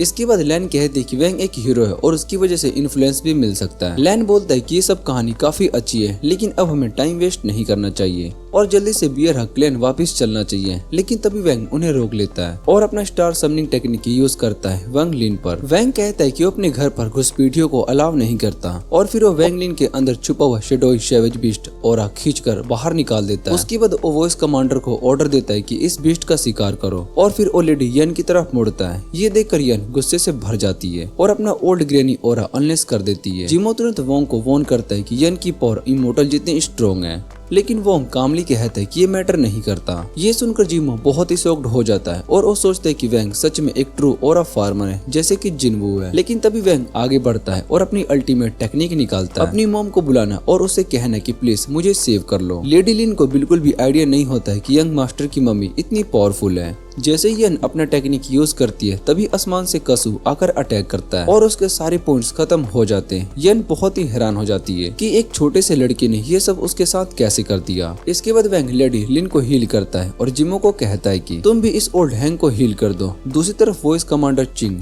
अगली टोल्ड मोस्टर से भयानक फाइट कर रहा होता है। वो उसके टंग को हवा में ही पकड़ लेता है और उसको लगातार बीटिंग देता है। वैंग उस क्रिएचर में से हल्का से ह्यूमन से एक्ट महसूस करता है, इसलिए वो ध्यान से देख रहा होता है। उधर जिमो को लेडी यन की ओवर पावर करने में स्ट्रगल कर रहा होता है। तभी वैंग लिन अचानक से उठ जाता है और अपने आप को इंस्टेंटली हील कर लेता है। फिर वो वोंग पर इल्जाम लगाता है कि तुम एक स्पाई हो। वोंग लिन अपनी डार्क पावर एक्टिवेट करता है और एक डिमोनिक बीस्ट बन जाता है जिसके सर पर बड़े बड़े हॉर्न्स आ जाते हैं और एक ड्रॉप ब्लड पीने की कोशिश करता है, लेकिन वोंग उसे छेड़ता रहता है जब तक कि वो ब्लड जमीन पर गिर नहीं जाता। वो ब्लड उसके फादर का गिफ्ट होता है और जमीन पर गिरते ही वैंग लिन गुस्से से भर जाता है और कहता है कि मैं तुम्हें मार दूंगा, लेकिन अब तक वैंग अपने 600 स्पेयर सेट ऑफ कर चुका होता है। इधर अगली टोड मोस्टर एक्सपेक्टेड से ज्यादा वीक निकलता है और वॉइस कमांडर उसको जल्दी से ही खत्म कर देता है। वैंग थोड़ा सा थक कर गिर जाता है और जिमो वापस आता है लेडी लिन को उसके कॉलर से घसीट कर। लेडी लिन भी होश में आ जाती है, लेकिन जैसे ही वुहान को थैंक यू करने वाली होती है तभी टोड के रिमेन्स उसके ऊपर गिर जाते हैं और वो दोबारा से फेंट हो जाती है। वापस वैंग के डोमेन में हम देखते हैं कि वैन आर्ग्यू कर रहा होता है कि लेडी लिन अपने बात से अभी तक बाहर क्यों नहीं आ रही है। तभी लिंग फाइनली निकलती है, हल्की सी ब्लश करती है और वैंग को थैंक यू करके वैनिश हो जाती है पीछे फ्लावर प्लेट्स का ट्रायल छोड़कर। और ये सब देखकर जिमो स्मिरिक करता है और कहता है कि तुम लकी हो क्योंकि बहुत ही कम लोगों को लेडी लिंग से थैंक यू सुनने का मौका मिलता है। उसके बाद वो कहता है कि अब मुझे अपने क्लैन वापस रिपोर्ट देने के लिए जाना है। दोनों अपनी अलग राहों पर निकलते हैं, लेकिन उस मोमेंट में उनके पीछे एक छोटी सी और अच्छी एक बॉन्डिंग भी बन जाती है और फिर वोंग एक डील फिक्स करता है जिसमें वो अपने मिनरल्स एक ब्लड हीलिंग पिल में लेने वाला होता है। जब वैंग ह्यूमन रिले में जाने की तैयारी करता है तो उसका वॉइस कमांडर इंसिस्ट करता है कि वो उसके साथ चलेगा। मस्ती में बोलता है कि अगर कोई लड़की उसे टच कर लेगी तो ये बेहोश हो जाएगा। वैंग अपनी इज्जत बचाने के लिए लैन से कहता है कि वो उसे टच करे और इस बार शॉक लगने की जगह एक टेक्निक एक्टिवेट हो जाती है जिसमें उसके अराउंड आइसरी आर्मर बन जाता है। उसी वक्त वैंग अपने फादर को देख लेता है जो कि दूर से उदास एक्सप्रेशन के साथ उसे देख रहे होते हैं। पुराना आदमी जो कि अपने बेटे की जर्नी से उदास था उसे एक शॉट देता है और वो बोलता है कि उसकी और उसकी माँ की सिर्फ यही विश है कि वो सेफ्टली लौट आए। तभी गमो अपने शिप पर ह्यूमन रिलेम के लिए निकल जाता है। जाते ही उसका मास्टर शैडो सामने आ जाता है और उसकी तारीफ करता है कि उसने 10 इविल होल के स्पाई को एक्सपोज किया और वो कहता है कि अब सब एल्डर डिसाइड करेंगे कि आगे क्या करना है। ये बोलकर मास्टर वैनिश हो जाता है। उसके बाद गमो लिन की तरफ मुड़ता है और लिन आर्ग्यू करते कि उन्हें वैंग का शुक्रिया अदा करना चाहिए। क्योंकि उसने हमेशा सिंसियरिटी दिखाई है और उसकी मदद भी की है। जिमो भी इस बात को मान लेता है और फिर वो ये बोलता है कि शायद से वैंग उन्हें अपने स्पेयर्स के थ्रू अभी भी वॉच कर रहा है। सीन जूम आउट होता है और दिखाया जाता है कि वैंग अपने रूम से सच में उन्हें देख रहा होता है। तभी वैंग की माँ पेंडेंट के जरिए बात करती है और कहती है कि उसे डर लगता है कि इतने कॉम्प्लेक्स ह्यूमन रिले में जाने से। वैंग उसे रीअश्योर करता है कि वो रिस्क समझता है, लेकिन दुनिया बहुत ही बड़ी है और उसके लिए एक्सप्लोर करना भी बहुत ही मजा है। उसी वक्त लिन स्नैक लेकर उसके रूम में आती है। वैंग कहता है कि उसे इतनी तकलीफ देने की जरूरत नहीं थी, लेकिन लिन इंसिस्ट करते है कि अब तो सबसे छोटी चीज है जो उसके लिए वो कर सकती है। अगली सुबह वैंग बाहर स्ट्रेच करने के लिए निकलता है और वहाँ पर सीनरी देखकर बहुत ही एक्साइटेड हो जाता है। वो तुरंत लिन के रूम की तरफ मुड़ता है ताकि उसके साथ ये व्यू शेयर कर सके, लेकिन डोर पर रुक जाता है जब वो सुनता है कि लिन का मास्टर उसे एडवाइस कर रहा है कि अगर वो यंग मास्टर के साथ कपल बनना चाहती है तो हमेशा मेड बनकर नहीं रह सकती। लिन बहुत ही ऑकवर्ड फील करती है और एक एक्सक्यूज बनाने की कोशिश करती है। जल्दी में वो एक बहुत ही बेकार रीजन दे देती है कि वैंग को विमेन में इंटरेस्ट नहीं है। मास्टर तुरंत सस्पिशियस हो जाता है और अपने दिमाग में अजीबोगरीब चीजें सोचने लगता है और बाहर खड़ा वैंग ये सब सुनकर गुस्से से भर जाता है। दोपहर तक शिप क्रू एक ब्रेक अनाउंस करता है। वैंग फ्रेश एयर लेने के लिए एक नियर बाय विलेज चला जाता है।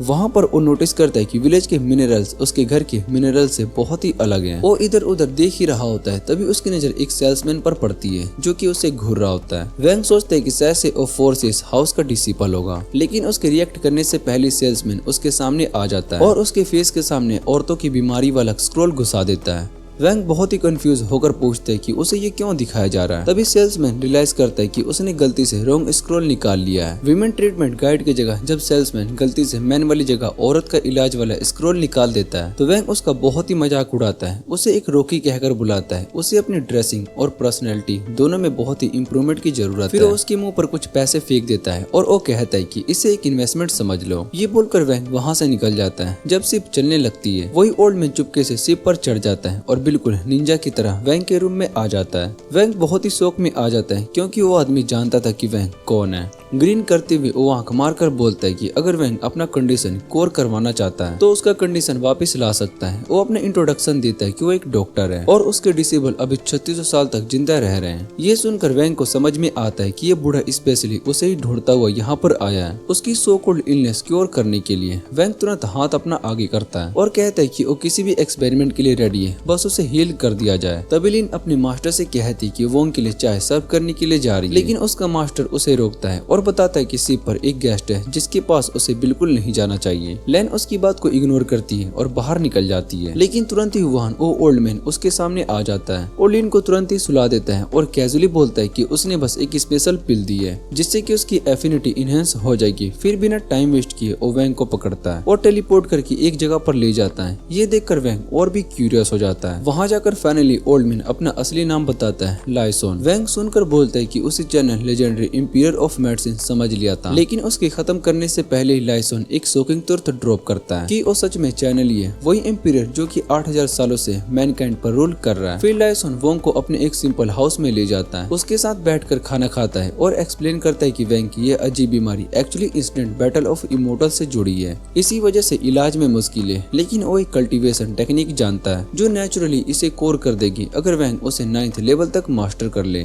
ये सुनकर वैंग की आंखें चमक उठती है। वो एक्साइटेड होकर टेक्निक के बारे में पूछता है और मन ही मन शादीशुदा जिंदगी के सपने देखने लगता है। लाइसोन उसे थोड़ा सा डराने की कोशिश करता है और वो कहता है कि अगर ये टेक्निक मास्टर कर ली गई तो तुम नेक्स्ट एम्पीरियर बन जाओगे, लेकिन वैंग बिल्कुल अनफेज्ड रहता है और कॉन्फिडेंटली बोलता है कि वो कुछ भी हैंडल कर लेगा। उसके डिटर्मिनेशन को देखकर लाइसोन फाइनली यंग इंपीरियर का डिक्लेयर निकालता है और कहता है कि अगर वैंग 1 महीने के अंदर इसका अप्रूवल पा ले तो उसे इसे अपना बना सकता है। सीन शिफ्ट होती है और हमें वैंग दिखाया जाता है जो कि ऐसे ट्रेनिंग कर रहा होता है जैसे कि उसकी जिंदगी इसी पर डिपेंड हो। उसका पहला ट्रायल स्टार्ट होता है। यंग इंपीरियर डिग्री के मुताबिक उसे 100 ट्रीज कट करने होते हैं बिना मैजिक के यूज किए। यंग इसे एक चाइल्ड प्ले समझता है और दिन रात लग जाता है, रात तक बिना रुके मेहनत करता रहता है। ट्री कट करने के बाद डिग्री एक ब्लैक ऑर्ब निकालता है। जैसे वैंग उसे कंज्यूम करता है उसकी बॉडी एकदम से फ्रेश हो जाती है और वो नेक्स्ट चैलेंज के लिए रेडी हो जाता है। सेकंड ट्रायल आता है जिसमें कि उसे एक स्ट्रॉन्ग रेजिस्टेंस ह्यूमन कॉटेज बनाना होता है, वो भी बिना स्टार टेक्निक के। वैंग बिना डरे चैलेंज को एक्सेप्ट करता है, दिन रात लगाता है और आधे महीने में अपना घर कंप्लीट कर देता है। इस प्रोसेस में उसे समझ में आता है कि उसके अंदर एक हिडन टैलेंट है कारपेंटरी का। वो बहुत ही खुश होता है, लेकिन उसे सेलिब्रेट करने का चांस ही नहीं मिलता क्योंकि तुरंत ही थर्ड ट्रायल स्टार्ट हो जाता है। उसमें वाटरफॉल का पानी अपनी कॉटेज की तरफ रिडायरेक्ट करना पड़ता है। ये टास्क उसके लिए कंपैरेटिवली इजी होता है और अपने आधे महीने में वो इसे भी कंप्लीट कर देता है। फोर्थ ट्रायल तो एकदम मजाक लगता है, बस पुरानी घर के सारे ब्लोइंग्स को निकालकर अपने नए घर में शिफ्ट करके नीटली अरेंज करने होते हैं। वैंग इसे अल्टीमेट चैलेंज ऑफ माइग्रेशन कहकर हंसी उड़ा देता है और रात तक इसे भी फिनिश कर देता है। फिर खुशी से रिजॉय करता है कि अब उसने यन एम्पीरियर डिग्री अर्न कर लिया है। लेकिन जैसे ही वो रिलैक्स करता है, एक बहुत ही पुराना लकड़ी का बॉक्स टूट जाता है और उसके बहुत ही सारे पार्ट्स इधर उधर बिखर जाते हैं। उन्हीं चीजों में वैंग को एक वुडन प्लेग मिलता है जो कि बिल्कुल उसी ट्रायल वाले प्लेग जैसा होता है। तब उसे समझ में आता है कि उसके साथ एक बहुत ही बड़ा प्रैंक हुआ है। डिग्री एक बफ था। फ्रस्ट्रेशन में वैंग गुस्सा होने ही वाला होता है कि तभी वर्ल्डमैन लाइसोन आ जाता है और जोर जोर से हंसने लगता है। वैंग और गुस्से में आ जाता है और उसके पीछे फॉरेस्ट में दौड़ लगाता है। अगली सुबह डिक्री दोबारा से वैंग के सामने अपीयर होता है और रिवील करता है कि पहले वाले सारे ट्रायल सिर्फ एक जोक थे,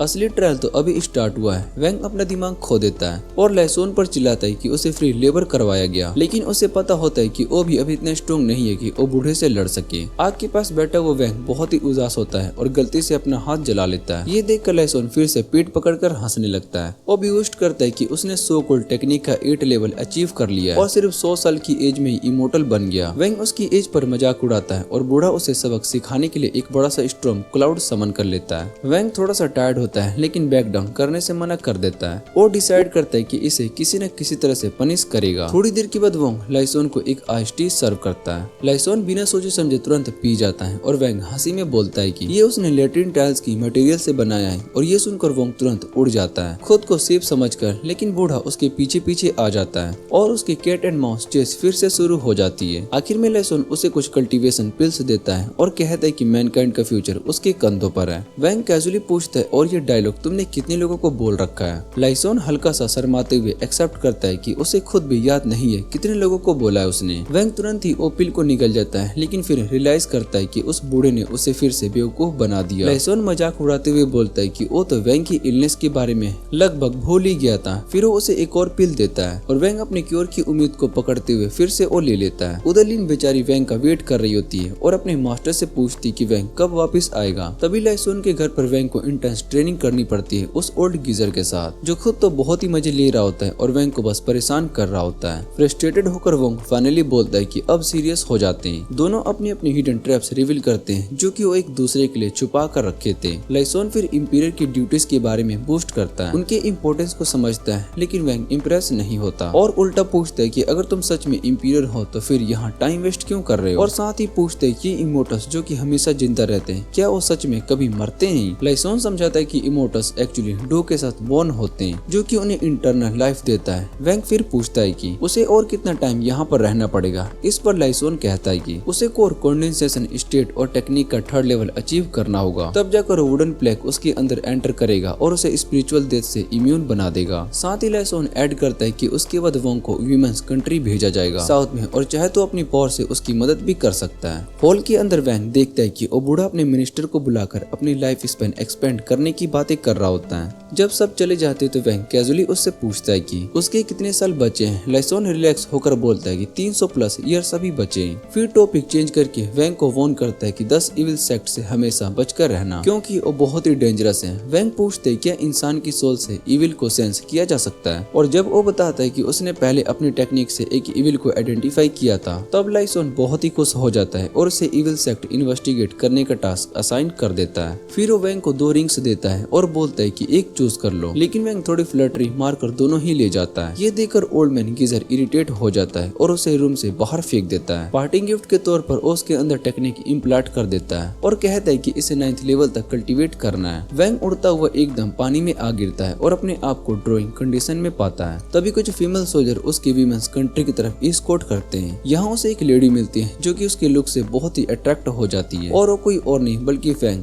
फर्स्ट रैंकिंग जर्नल होती है। एक्चुअली रात को जब मास्टर ने उसे उछाल कर फेंका था, लेकिन वैंग बिंदास निकलता है और वो बोलता है कि एक मिसअंडरस्टैंडिंग थी। जैसे ही वो बाहर आता है, फीमेल सोल्जर उस पर अपना वेपन्स तान देते हैं, लेकिन तभी फैंग अपने फुल आर्मर में आ जाती है और अपनी गार्ड्स को एरो नीचे करने का ऑर्डर देती है। वो बोलती है कि 100 साल के बाद हमें एक इंसान को देखा है, लेकिन उसकी गार्ड जिन्होंने कभी कोई आदमी को नहीं देखा बिलीव करने को रेडी नहीं होती कि वैंग एक अलग ही इंसान है। जैसे ही फैंग उसके पास आती है, वैंग अपनी हेलमेट की वजह से इंस्टेंटली पीछे हट जाता है और उसे वॉर्न करता है कि उसके पास मत आना। फिर एकदम से ड्रामेटिक स्टाइल में वो फैंग को ड्यूल के लिए चैलेंज कर देता है और अनाउंस कर देता है कि जो हारेगा वो विनर्स की डिमांड्स को मानेगा।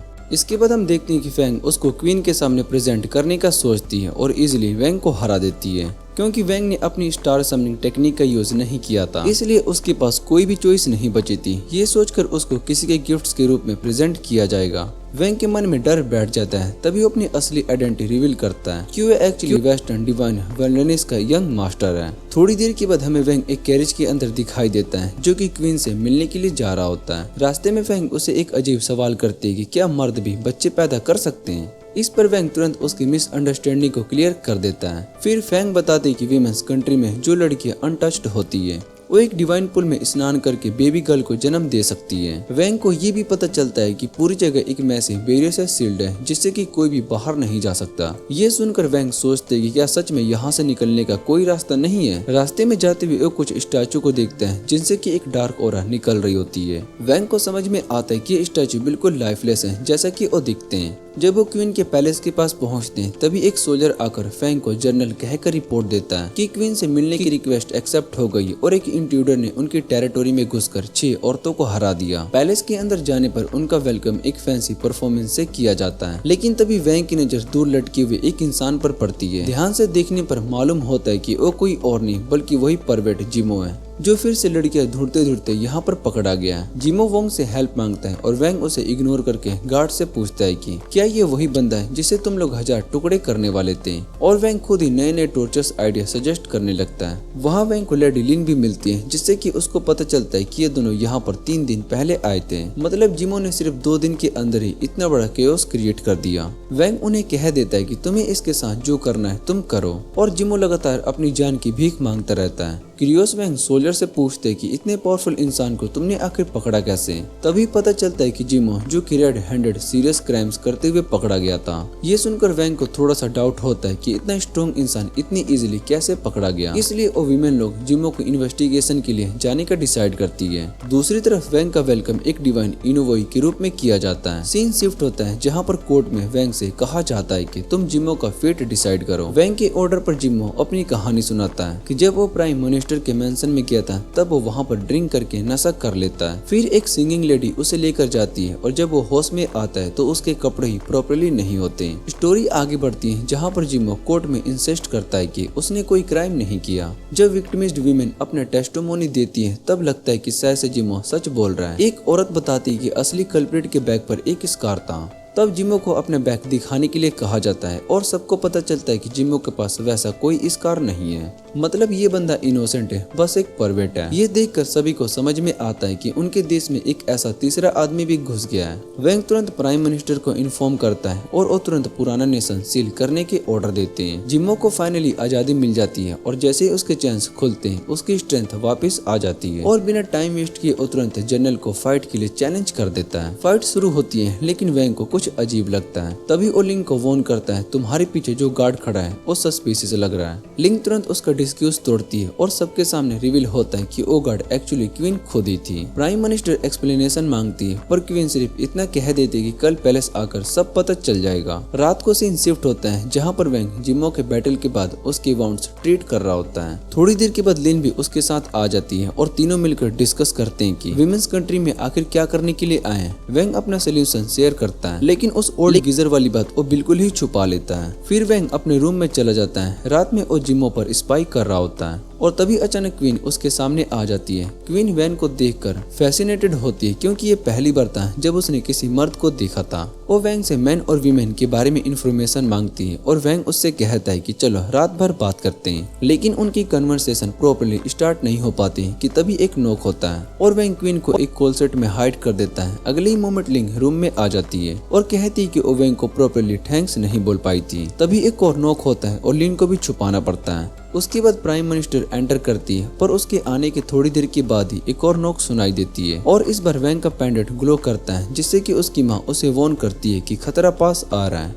वैंग तुरंत एक स्पेल को कास्ट करता है और डोर को ब्लास्ट कर देता है। सीन कट होता है एक असासिन पर जिसका नाम गिफिन होता है। वो एक टावर के ऊपर से अपने फेमिलियर का यूज करके जिमो पर नजर रखता है। अब हमें पता चलता है कि जिमो को ड्रग्स करके और वीमेन को असल्ट करने का झूठे केस में फंसाया गया था, गिफिन नहीं। उसका मिशन था जिमो को फ्रेम करके अपनी लास्ट ड्यूटी कंप्लीट करके और फिर वीमेंस नेशन में शांति से जी सके, लेकिन वैंग ने उसके प्लान को फेल कर दिया। अब वैंग उसे उसके स्लिप में ही अटैक करने आता है, लेकिन जैसे वो एक्सप्लोसिव एंट्री करता है और उस पर इसेसाइल का हमला होता है और पीछे से लिन आकर उस पर शॉर्ट से वार करने की कोशिश करती है। गिफिन मुश्किल से उस अटैक को डॉज करता है और अपने टेक्निक्स का यूज करके डार्क टेंटिकल्स निकालता है और लिन तुरंत लाइट बैरियर बना लेती है और उन्हें ब्लॉक करके डिस्पेल कर देती है। बैटल के बाद लिंग और असासिन एक दूसरे पर तलवार से हमला करते हैं, लेकिन लिंग उसको इजीली डोमिनेट कर देती है, जिससे कि असासिन फ्रस्ट्रेट हो जाता है। गिफिन अपनी डार्क मैजिक का यूज करके लिंग को ओवरपावर करने की कोशिश करता है, लेकिन लिंग बिना किसी मुश्किल से उसके मैजिक को तोड़ देती है। ये देखकर वो सोचने लगता है कि ये लड़की कितनी स्ट्रॉन्ग कैसे है। थोड़ी देर के बाद जिमो भी फाइट में आ जाता है। उसके बाद प्राइम मिनिस्टर और हर मैजेस्टी ज्वाइन कर लेते हैं, जो अपने स्पीयर से गिफिन को चोट पहुंचा देती है। अब वो भागने के लिए वो एक होस्टेज ढूंढता है, लेकिन गलती से वुहान को टारगेट कर देता है। वुहान तुरंत अपना बड़ा सा ड्रैगन बुलाता है और उसको शैडो रिलेम में भेज देता है। जब वो लड़का होश में आता है तो वैंग उसे नेगोशिएशन स्टार्ट करना शुरू कर देता है और वो पूछता है कि तुझे किसने भेजा, लेकिन उसके जवाब देने से पहले ही उसकी बॉडी पर्पल कलर में ग्लो करने लगती है और वहीं पर उसकी जान दे देती है बिना कोई क्लू छोड़े।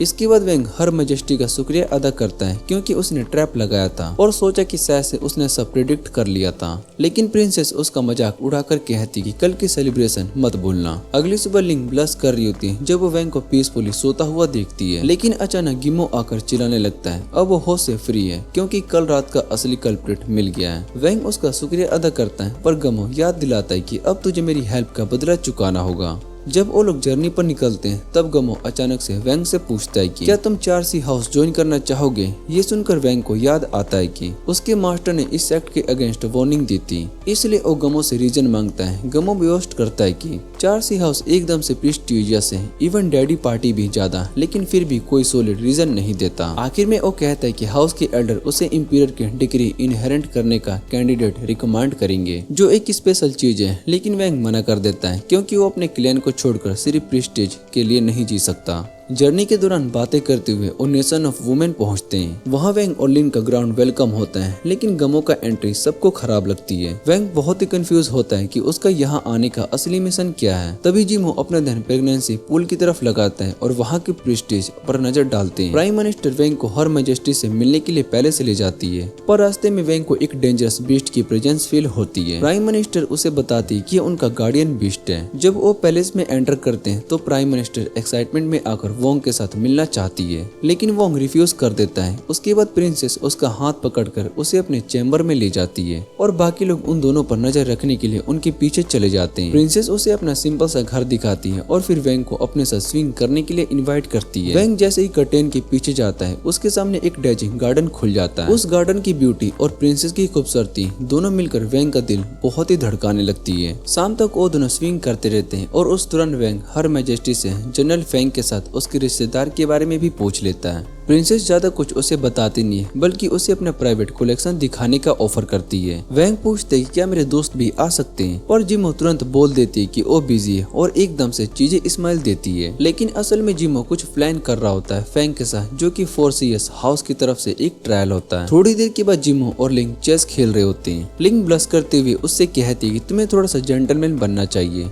और थोड़ा सा अट्रैक्टिव भी, जैसे कि वैंग है। जिमो उसका मजाक उड़ाता है और वो टीज करने लगता है कि तुम्हें भी किसी लड़के पर क्रश आ गया होगा। फिर वो एक प्लान बनाता है कि वैंग को और अच्छे से समझाया जाए। सबको ड्रिंक कराकर और सजेस्ट करता है कि लेडीज को भी इंक्लूड करना चाहिए। रात को सब लोग एक बड़े बेड के नीचे जमा होते हैं। गिमो वोंग की ड्रिंकिंग कैपेसिटी को देखकर बहुत ही कॉम्प्लीमेंट देता है क्योंकि उनका प्लान बिल्कुल फेल दिख रहा होता है। तब सब एक साथ डिसाइड करते हैं कि वेंग को अपनी स्पेशल वाइन्स ऑफर करनी चाहिए, लेकिन वेंग उल्टा उनकी बैंड बजा देता है। वो अपने नेशन की सबसे स्ट्रॉन्ग लिक्वर निकालता है और सबको बड़े बड़े बॉल्स में पिलाता है। फिर वो सबको एक एक करके चोंग करवाता है और तब सब लोग बिल्कुल ब्लैकआउट हो जाते हैं। इस दौरान वैन को चक्कर आने लगते हैं और उसे समझ में आता है कि उसकी ड्रिंक में कुछ मिलाया गया है और वो तुरंत अपने आप को आइस बैरियर में सील कर लेता है। तभी जिमो एक्टिंग करके अपने भाई से माफी मांगता है और लिंग और जर्नल को एंटीडोट दे देता है। लिंग सस्पिशियस हो जाती है और जिमो से एक्सप्लेनेशन मांगती है। जिमो कहते हैं कि वेंग हमारे सेक्ट में ज्वाइन करना नहीं चाहता, इसलिए हमें अपना मिशन अकेला ही कंप्लीट करना पड़ेगा। ये कहकर जनरल फैंग ग्रुप को लीड करने लगती है और साथ ही प्रिंसेस को ध्यान से कवर कर ले जाती है। ये देखकर वेंग का डाउट टूट जाता है कि प्रिंसेस रेबेल है। फिर सब लोग कैसल तक पहुंच जाते हैं। वहाँ पर लड़की एक फ्लेरी स्काई में शूट करती है और अपने सोल्जर को ऑर्डर देती है कि कैसल सील कर दिया जाए और इसी के साथ रेबेलियन की शुरुआत हो जाती है। फिर हमें उसके बचपन का फ्लैशबैक दिखाया जाता है जब वो एक सेक्रीफाइस थी, लेकिन वहाँ पर सब लोग भाग निकली। भागते हुए उसने एक बड़ा बीस्ट को देखा था जो कि एक छोटी सी लड़की की पूरी लाइफ एनर्जी सक करके उसे सिर्फ स्किन और बोन्स के अंदर ढेर रहा था। ये सब देखकर फैंग के अंदर बहुत ही ज्यादा ट्रॉमा क्रिएट हो गया और वो भाग गई, लेकिन रास्ते में उसे एक और शक गिरा हुआ दिखाई दिया जिसे देखकर वो गार्ड्स आ गए और उसको घिरा लिया। फिर उन्होंने हेड प्रीस्ट से पूछा कि इस लड़की के साथ क्या करना है। हेड प्रीस्ट ने कोल्डली ऑर्डर दिया कि इसे यहीं पर खत्म कर दो और फ्यूचर में इसकी गलती रिपीट मत करना। छोटी सी लड़की को रूप रूप कर रोता देख यंग प्रिंसेस के दिल में सिंपैथी आ गई। उसने प्रीस्ट से रिक्वेस्ट की कि इस लड़की को मारना मत, इसे मेरे गार्ड के रूप में रखो। उसने कहा कि हम ऑलरेडी बहुत ही सेक्रीफाइसेस कर चुके हैं। प्रेजेंट में वापस आकर फिंग एक सीक्रेट एंट्रेंस को तोड़ देती है जो कि गार्डियन बीस्ट के डिवीनिंग तक जाता था। फिर अपने ट्रोप्स को रैली करके बोलती है अब टाइम आ गया सच्चाई जानने का। वो अपनी स्क्वाड के साथ नीचे उतरती है। उसके पीछे जिमो और लिंग भी होते हैं और दूसरी तरफ वैंग अब भी अपने आइस बैरियर के अंदर ही होता है और कंफ्यूज है फैंग ने आखिर क्वीन के अगेंस्ट जानना क्यों शुरू किया। फैंग एक चैम्बर में पहुंचती है जहां पर एक बहुत ही बड़ा बेल बजती है। उस बेल की आवाज से सारे सेक्रीफाइसेस होने वाले लोग बुलाए जाते हैं। वहाँ फैंग उन्हें बताती है कि उन्हें एक झूठा वादा किया गया था कि एक दिन वो बाहर की दुनिया देख पाएंगे। फिर वो प्रेगनेंसी पुल की तरफ बढ़ती है और ये सोच सबके सामने रख देती है कि गॉडेस ने उन्हें छोड़ दिया था और वहाँ पर एक खतरनाक गार्डियन मोस्टर छोड़ गई थी जो कि उनकी रक्षा करता है, लेकिन उसके लिए लगता है सेक्रीफाइस और ये बात वैंग ने समझ ली थी। जब वो गार्ड से बचकर निकल गया था उधर जिमो और लिंग मोस्टर के चैम्बर की तरफ रास्ते साफ कर देते हैं। वहाँ एक प्रीस्ट जनरल फैंग से पूछते कि क्या वो यहाँ पर कर रही है। गुस्से से भरी फैंग चिल्लाती कि इस नेशन का सर्वाइवल ह्यूमन लाइफ्स ब्लेड होता है और क्वीन ने इस सच को बहुत ही देर से छुपाया हुआ है। वो सवाल करती है क्यों इनोसेंट और नेमलेस लड़कियों को सेक्रीफाइस करना पड़ता है। तब प्रीस्ट डैडी कहते कि उन्हें तो थैंकफुल रहना चाहिए उस डैडी का जो कि उनकी कंट्री को जिंदा रखता है। लेकिन फैंग अब थक चुकी है। उसने जोर से अनाउंस कर दिया कि अब वो वर्थलेस डेटिस को बेट्रे करेगी और ये सुनकर फाइटर का ट्रियो अपनी पावर्स अनलेस करता है और मोस्टर को सराउंड कर देता है। दूसरी तरफ फैंग गार्ड्स को फ्रीज करके अंडरग्राउंड चैम्बर की तरफ चला जाता है। वहाँ गिमा मोस्टर को नीचे गिरा देता है और लिंग अपनी पावर ह्यूमन रिले में मैजिक से उसको कमजोर कर देती है, लेकिन गार्डियन बीस्ट पर इसका कोई भी असर नहीं होता। वो लिंग को उड़ा देता है और तब जनरल अपना अल्टीमेट मूव चार्ज करके एक लास्ट सेक्रीफाइस अटैक करके रेडी होती है, लेकिन अचानक जमीन से जाइंट आइस स्पाइक निकलते हैं और वैंग एंट्री मार देता है। क्या तुम सब मेरे मरने का शौक कर रहे थे? और फिर उन्हें लेक्चर देता है कि किसी भी मैसिव वेस्ट को पहले हमेशा मोबिलाइज करना चाहिए और अपनी आइस और से उसके सारे लिम्स फ्रीज कर देता है। ये देखकर सोल्जर पूछते कि फैंग ने वोंग को पहले क्यों नहीं बुलाया मोस्टर को तोड़ने के लिए। फैंग का स्मूथ ब्रेन कंफ्यूज हो जाता है और गिमो बोलता है कि मेरा भाई काफी स्मार्ट है और तब लिंग अपनी फेरी फ्लोट से वोंग को और ज्यादा इम्पावर कर देती है, इतना कि वो बोइंग 737 की तरह क्रैश होने लगता है। लिंक की क्यूट सी स्माइल देखकर गिमो जेलस हो जाता है, लेकिन अचानक मोस्टर अपने टेल से एक क्रिम्सन लाइट निकालता है जो कि एक सोल डिस्ट्रॉइंग स्पेल था। गिमो वोंग को वॉर्न करता है, लेकिन वोंग ऐसा एक्ट करता है जैसे वो सीधा सामना करेगा, पर अगले ही मोमेंट वो पीछे आकर उस मोस्टर को बड़े बड़े आइस स्पाइक से चीर देता है। इसके बाद जैसे ही फैंग बीस्ट को फिनिश करने के लिए आगे बढ़ती है, वैंग उससे कहता है कि चिल करो और फिर उस फेस्टी वुमेन से कहता है कि वुमेन नेशन का फेट डिसाइड करने से पहले सच बाहर लाओ। सबके सामने जोर से कहता है क्या तुम्हें अपनी कॉमरेड्स को कुछ बताना भूल गई, लेकिन फैंग हंसी उड़ाकर एक और झूठ बोल देती है। वैंग सबके सामने एक बड़ा सच बोल देता है कि सिर्फ क्वीन और प्राइम मिनिस्टर ही जानते हैं कि वो मोस्टर ही उनके नेशन का कोर है जो कि उनके जाइंट बैरियर को जिंदा रखता है। ये सुनकर गार्ड्स अपने जनरल की बातों पर डाउट करना शुरू कर देते हैं और जब वो जवाब देने से इनकार करते हैं तब वैंग एक्सपोज करता है कि बैरियर के बाहर जो 108 स्टैचू लगी है उनके अंदर कौन से बीस्ट बंद है और ये अगर बैरियर गिर गया तो वो पूरे कंट्री को तबाह कर देंगे। ये सुनकर फैंग फाइनली बोल पड़ती कि उसके पास सबसे स्ट्रॉन्ग वॉरियर बॉर्डर पर गार्ड्स रहे हैं, लेकिन वैंग उसे एक रियलिटी चेक देता है कि सिर्फ एक बीस्ट ने उसके आधे ट्राइब को खत्म कर दिया। जिमो और लिंग भी अपनी कंसर्न जताते हैं कि ऐसे अनजस्ट कंट्री का कैसे सपोर्ट किया जा सकता है। तब फैंग के दिमाग में एक फ्लैशबैक आता है एक छोटी सी प्रिंसेस का जिसने उससे कहा था कि उसे बचा लो ताकि वो अपनी पूर्वजों की तरह एक हार्टलेस क्वीन ना बन जाए। तभी एक वॉरियर प्राइम मिनिस्टर दौड़कर आती है और पूछती कि उन्होंने क्वीन के साथ क्या किया,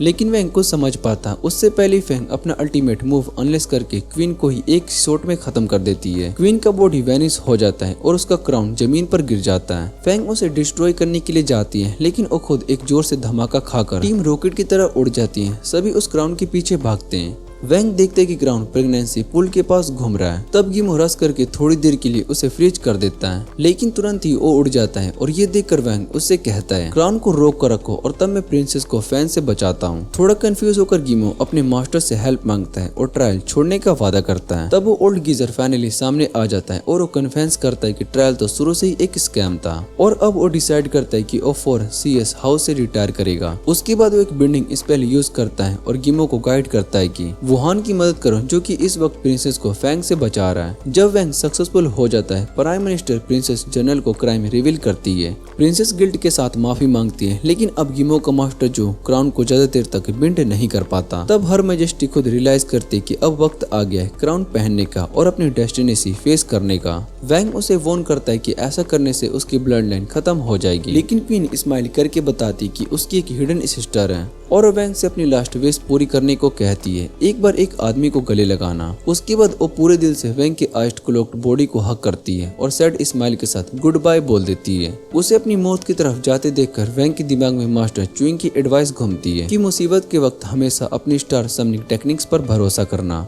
इसके बाद कहानी आगे बढ़ती है और अचानक से वैंग के दिमाग में एक आइडिया आता है। वो तुरंत रुकता है और मुस्कान के साथ प्रिंसेस से कहता है क्या तुम बिलीफ कलेक्टिंग सीखना चाहोगी। फिर वो समझाता है कि उनके पूर्वज इस बैरियर को इसलिए सस्टेन नहीं कर पाए क्योंकि एक इंसान की जिंदगी लिमिटेड होती है, लेकिन इस टेक्निक के जरिए ये काम हो सकता है चाहे आज तक कभी सक्सेसफुल ना हुआ हो। वैंग उसकी आंखों में देखकर कहता है कि बस तुम्हें मेरे साथ बिलीव करना होगा। तभी मास्टर जू का चेहरा ऐसा लग रहा होता है जैसे कि कॉन्स्टिपेशन हो और रिक्वेस्ट करता है कि जल्दी करो। प्रिंसेस पूरा भरोसा वैंग पर कर लेती है। वैंग उससे कहता है कि अब तुम्हारी इमेजिनेशन और तुम्हारी हिम्मत पर पूरे नेशन की किस्मत डिपेंड करती है। ये सुनकर रानी बिना डरे क्राउन को छू लेती है और तुरंत वेयरपुल के अंदर समा जाती है। इसके बाद वैंग सबको इंस्ट्रक्शन देता है कि लोगों के बीच में रानी का स्टेटस बढ़ाया जाए, उसके नाम का मोन्यूमेंट बनाया जाए और मिरेकल दिखाया जाए ताकि सभी लोग उसके ब्लेसिंग पर यकीन कर सके। और सबसे आखिरी में एक बड़ा मैजिक फॉर्मेशन बनाने का ऑर्डर देता है। जब सब कंप्लीट हो जाता है तो वैंग ब्लूप्रिंट्स प्राइम मिनिस्टर को देता है और कहता है कि इसे सीक्रेट रखना। प्राइम मिनिस्टर भी उससे वादा करती है कि वो इस बात को लीक नहीं होने देगी।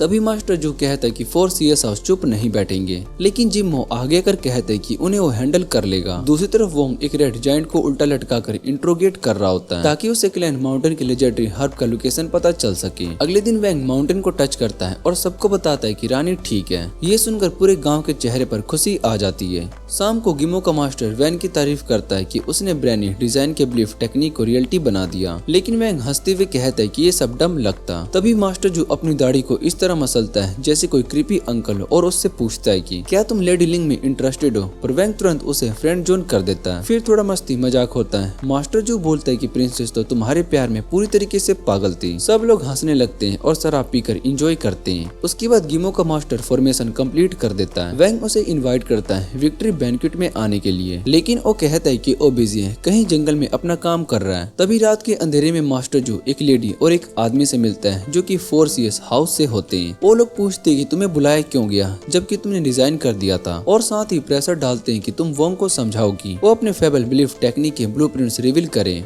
लेकिन मास्टर जो सीधा मना कर देता है और कहता है कि ये सब उसके बस का नहीं है। तभी एक निंजा लेडी उसके पीछे से सरप्राइज अटैक कर देती है। सीन एकदम से लेजेंडरी तरीके से कट के अंधेरे में एंड हो जाता है। बैंक्वेट का सीन स्टार्ट होता है। गिमो अपने एल्डर का स्वागत करता है और सबके सामने वैंग की तारीफों की बारिश कर देता है। उसकी ग्रैंडपा उसे समझाती है कि ये पहली बार है किसी लोनर ने उसको दोस्त बुलाया हो, लेकिन तुम अपने सर पर मत चढ़ा लेना इसको। और इस बात को सुनकर जिमो सिर्फ हंसता है। तभी सभी लेडी शॉक हो जाती है जब उन्हें अंदर से एक मैड ग्रोबी बीस्ट सुनाई देता है। जिमो प्राउडली इंट्रोड्यूस करता है कि वैंग का नया इन्वेंशन है डिस्को। लेकिन जैसे ही वो लोग लिन को डांस फ्लोर पर एकदम से पार्टी एनिमल की तरह मस्त होते देखते हैं, सभी एल्डर गुस्सा हो जाते हैं और लिन पर चिल्ला पड़ते हैं। पार्टी के बाद लिन को खुद पर बहुत ही शर्म आती है। वो वैंग से पूछती है कि मैंने कितना पी लिया था। किमो उसे कंफर्ट करने की कोशिश करता है और कहते है कि वो एल्डर से बात करेगा। तभी लेडी शिल रिवील करती है कि एक्चुअली उसने डांस के मूव के टाइम एक ब्रीथ थॉट फील किया था, लेकिन वो अपसेट इसलिए क्योंकि एल्डर ने उसे थम्स अप दे दिया था, जो उसे और भी ऑकवर्ड लगता है। फिर वैंग डिसाइड करता है कि अब निकलने का टाइम है और जिमो और लिंक को एक पेंटिंग गिफ्ट देता है। जिमो को एक फैन जो कि नीडल सूट करता है और लिंक को कर्व्ड स्ट्रॉ ताकि वो अपने इविल के अंदर से इजिली ड्रिंक कर सके। ये देखकर लिंक लाल हो जाती एम्बैरेसमेंट में। जिमो मौका देखकर वैंग से कहता है कि मैंने तुम्हारे साथ दुनिया भर में हॉटेस्ट ढूंढना चाहे, लेकिन वैंग उसे स्ट्रेट रिजेक्ट कर देता है। तुम बस एक बर्डन बनोगे। चुपके से निकलने से पहले वैंग प्रिंसेस के स्टैचू के पास जाकर गुड बाय बोलता है और तभी रानी खुद उसके सामने से मैनिफेस्ट हो जाती है। वो उसके पास घूमती है और एक्साइटेड टोन में कहती है कि तुम कभी भी मेरे साथ ड्रिंक एंजॉय कर सकते हो। अपनी जर्नी के दौरान वैंग एक बैरियर को क्रॉस करके एक ब्रेक लेता है। तभी उसे मास्टर चोंग की आवाज सुनाई देती है, जो कि विमेन नेशन वाली अचीवमेंट की तारीफ कर रहा होता है। लेकिन अचानक निंजा लेडी और 4C हाउस का वॉरिडो सामने आ जाता है। वो डिमांड करते कि वैंग बिना फाइट के उसके हायर अप्स में मिले। निंजा लेडी उस पर गन पॉइंट करके कहती है हमारे सेक्ट का पूरा ह्यूमन रिलीम अब अथॉरिटी है। पर उसे कंप्लीट करने से पहले ही मास्टर वैंग पीछे से एंट्री मार देता है और दोनों को इनकैपेसिटेट कर देता है। फिर वो गुस्से में बोलता है मैंने जो हाउस बनाया था तुमने उसकी अथॉरिटी को बिगाड़ दिया है। लेकिन वैंग हंसते हुए कहता है रिलैक्स करो, चलो मेरा नया इन्वेंशन ट्राई करो, लॉलीपॉप। बातें डाइवर्ट करते हुए मास्टर सॉन्ग वैंग को अपनी डेंजरस जर्नी के बारे में बताता है। वो कहता है कि वो कोलोन माउंटेन पर एक स्पिरिचुअल हर्ब लेने के लिए जा रहा है और चाहता है कि वैंग भी साथ चले। लेकिन वैंग सोचता है कि वेस्टर्न वेलनेस तो क्वीन मदर का एरिया है और कहता है कि शायद से वो ज्यादा हेल्प नहीं कर पाएगा। ये सुनकर बूढ़ा हंसी में कहता है कि बस मेरी लास्ट विश पूरी करने में साथ दे दो और ये कहकर वो टेलीपोर्ट करके चला जाता है। कैंपिंग के टाइम वेस्टर्न वेलनेस में मास्टर शिन को बिल्कुल यकीन नहीं हो रहा होता है कि वैंग ने इतनी जल्दी विमेंस नेशन के सेंचुरी ओल्ड प्रॉब्लम्स को सोल्व कर दिया। वहीं वो कहानी शेयर करता है बिलीफ कलेक्टिंग पूरी इंसानियत की हिस्ट्री में बस एक ही बार यूज हुआ था। बहुत ही पुराने टाइम में जब दैतिस के बीच में वॉर चली थी, तब इंपीरियर क्वीन आया था और सबको हराकर विक्ट्री बन गया। ये वही एम्पायर था जिसने की वर्ल्ड को 9 वाइल्डनेस में डिवाइड किया। इसमें से जो साउथ था वहाँ पर ह्यूमंस रहते थे, पर उसी जगह पर कब्जा कर लिया गया था फायर डटी में और वो इंसानों को बस छोटे इंसेक्ट समझकर उन्हें रूथलेस ऑपरेस करता था। ये बात सुनकर वैन को और भी गुस्सा आ जाता है। मास्टर स्विंग बताता है कि एक ह्यूमन ने सबसे पहले वुड से फायर बनाने का सीक्रेट डिस्कवर किया था। उसने टैबू नॉलेज को स्प्रेड करके फायर डटी के खिलाफ वॉर स्टार्ट कर दी। रिजल्ट उस ह्यूमन को सरेंडर में बैनिश कर दिया गया। लेकिन सेंचुरी बाद जब फायर डटी फिर से अपना गुस्सा निकालता है तो वही इंसान समंदर को स्प्लिट कर देता है, बिल्कुल जीसस की तरह। जब फायर डटी उसे कुचलना चाहता है जैसे एक बग को, तब उस इंसान ने ब्लास्ट से उसको उड़ा दिया। फिर वो इंसान एकदम से जो कैरेक्टर की तरह ग्रेसफुल एंट्री करता है और फिर डटी का रूल हमेशा के लिए खत्म कर देता है। उस वक्त कोई भी डटी उसके सामने नहीं आया क्योंकि सब फायर डटी को पसंद नहीं करते थे, पर सब बहुत ही शौक में आ गए देख कर कि एक नॉर्मल ह्यूमन ने डिवाइन बीइंग के सोल को ही शेल्टर कर दिया। उस इंसान का नाम था शुई आयरन। उसके बाद हेवंस ने रिटिलिएट किया, पर शुई आयरन के लीड ने ह्यूमंस ने ही उन्हें हरा दिया। हाफ कॉन्टिनेंट तक इंसानों ने कब्जा कर लिया था। लास्ट में जब सुई आयरन तक थक चुका था, तब उसने हेवनली एम्पियर क्वीन के साथ नेगोटिएट किया और साउथर्न वेलनेस को इनहेरेंट कर लिया। मास्टर स्विंग कंक्लूड करता है कि ह्यूमंस को अपने नाइट्स के लिए हमेशा डेटिस के अगेंस्ट स्टैंड करना चाहिए, जैसे उनके एंसेस्टर ने किया था, और ये स्प्लिट उन्हें अपने डिटेंडेंट्स को पास करनी चाहिए। ये कहकर शोंग वोंग को बचाने के लिए उसका रोल इनहेरेंट करके एकदम से ब्लास्ट होगा, पर हमारा वोंग उसकी ब्रेन वॉशिंग ट्रिक में नहीं आता। बस इतना बोलता है कि वो भी अपने मास्टर और शुई आयरन की तरह एक स्ट्रॉन्ग हीरो बनने के लिए एक्साइटेड है। ये सुनकर ओल्ड मैन उसे गिफ्ट में एक एल्केमी पोट देता है। वैंग क्यूरियोसिटी से पूछते कि इमोर्टल के पास भी लाइफ स्पैन क्यों होती है, तो स्वैंग बताता है कि लिमिटेशन खुद हेवनली इंपीरियर ने लगाई है। ये सब के बाद वो लोग टेलीपोर्ट करते हैं ब्रेथ किंग लियोन के सेंचुरी में, जहाँ की ओरा वैन को कम्प्लीटली ओवरवेम कर देती है और तभी एकदम से एक्सप्लोसिव एंट्री लेता है लाइटिंग बिस्ट लो,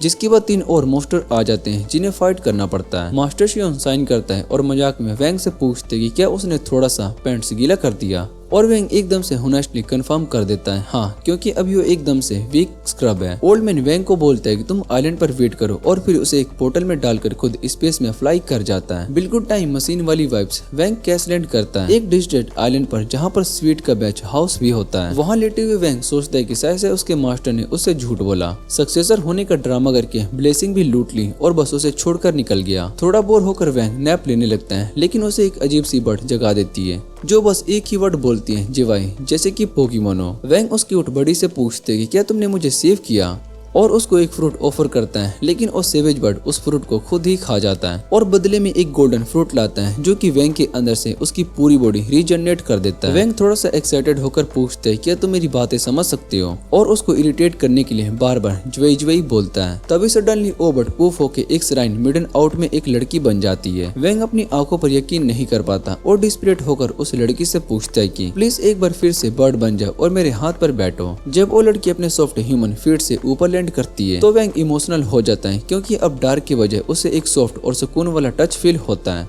रोते हुए खुशी में वह गलती से उसकी ड्रेस के अंदर झांक लेता है और वो लड़की गुस्से में सीधा समंदर में लॉन्च कर देती है। थोड़ी देर के बाद वेंग माफी मांगता है उस पोर्टिंग लड़की से, और जब वो थोड़ा यूडेट होते हुए देखता है तब उसे समझ में आता है कि जवाई उसे सोचकर ही नहीं करती, और जब वो थोड़ा यूडेट होकर देखता है तब उसे समझ में आता है कि जवाई उसे शौक इसलिए नहीं करती क्योंकि वो एकदम से ह्यूमन गर्ल की स्पिरिट है। उसका नाम रिपीट करते करते वेंग रियलाइज करता है कि वो एक्चुअली मास्टर वेंग की बेटी है। तब उसे सडनली समझ में आता है कि यही फाइनल विश थी जो उसके मास्टर ने उसे कंप्लीट करने को कहा था, और स्मृति करते हुए वेंग समझ जाता है कि ओल्ड मैन ने उसे हुकअप करवा दिया। अपनी जिंदगी की सबसे बड़ी डिस्कवर देखकर वेंग अपने इमोशन को कंट्रोल नहीं कर पाता। समंदर के इस बड़ी वाइल्ड वर्ल्ड में ऐसी लड़की जो कि उसे टच कर सकती है, उसकी आंखों के सामने एक्साइटेड होकर वेंग प्राउडली डिक्लेयर करता है मैं डेफिनेटली ओल्ड मैन का सन इन लॉ बनूंगा। जवाई के टीनी बर्ड ब्रेन को भी थोड़ी देर के बाद ये बात समझ में आती है, और इसी बीच माउंटेन में कहीं एक और बंदा पोर्टल से बाहर निकलता है। लोइन बीस्ट उसके सामने रोर करता है, लेकिन उसकी इंसेन औरत देखकर उसके सामने ब्लो डाउन कर देता है। फिर वो बंदा टेलीपोर्ट हो जाता है और ये कहानी यहीं पर एंड हो जाती है, मतलब कि सीजन 1 यहीं पर खत्म हो जाता है। अगर आपको ये वीडियो अच्छी लगे तो वीडियो को लाइक करके चैनल को सब्सक्राइब जरूर कर लेना। तो मिलते हैं अगली वीडियो में।